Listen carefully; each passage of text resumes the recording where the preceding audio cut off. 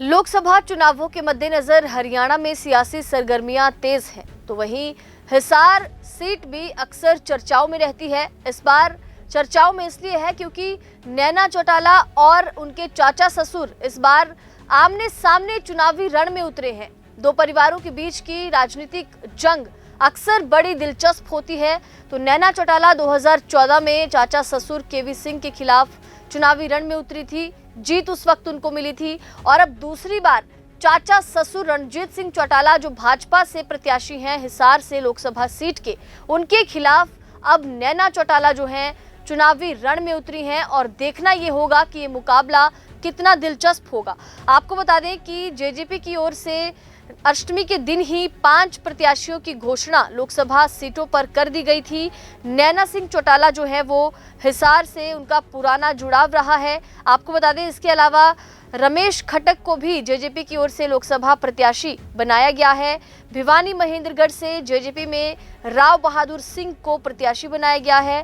Gurugram Lok Sabha seat भी चर्चाओं में है क्योंकि आपको बता दें कि राहुल यादव फैजलपुरिया जो बॉलीवुड के स्टार गायक हैं उनको जेजेपी की ओर से गुरुग्राम लोकसभा सीट से उतारा गया है।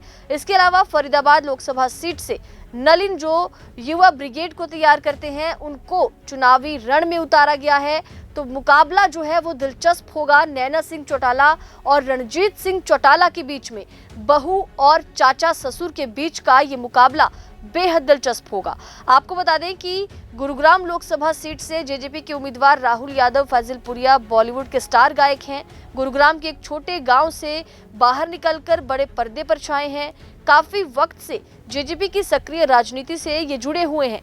हरियाणवी लोक संगीत का, रैप का बेहद यूनिक स्टाइल ये पेश करते हैं। संगीत की दुनिया में इनकी अलग एक पहचान है। हरियाणवी म्यूजिक इंडस्ट्री में फैजलपुरिया को उस वक्त लोकप्रियता मिली थी जब 2014 में बादशाह के साथ उनका गाना चुल आया था। ये गाना बड़ा हिट हुआ था, जिस गाने के बोल बड़े हिट हुए थे। इसके अलावा फरीदाबाद लोकसभा सीट की अगर बात करें तो Nalin Hooda JJP youth wing के जिला अध्यक्ष रह चुके हैं। फरीदाबाद से कई सामाजिक संस्थाओं के साथ उनका जुड़ाव रहा है।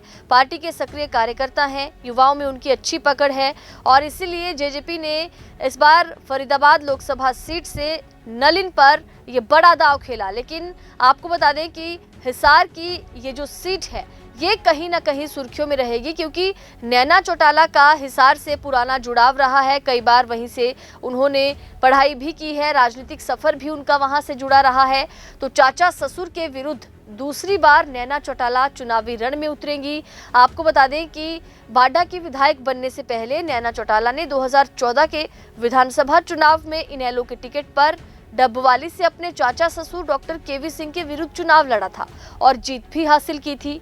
नैना सिंह दूसरी बार बाडा से जेजेपी के टिकट पर विधायक बनी जब इनेलो दोफाड़ हो चुकी थी। इस बार नैना सिंह को उनकी पार्टी ने अपने दूसरे चाचा ससुर रणजीत सिंह चौटाला के विरुद्ध हिसार से लोकसभा के चुनावी रण में उतारा है।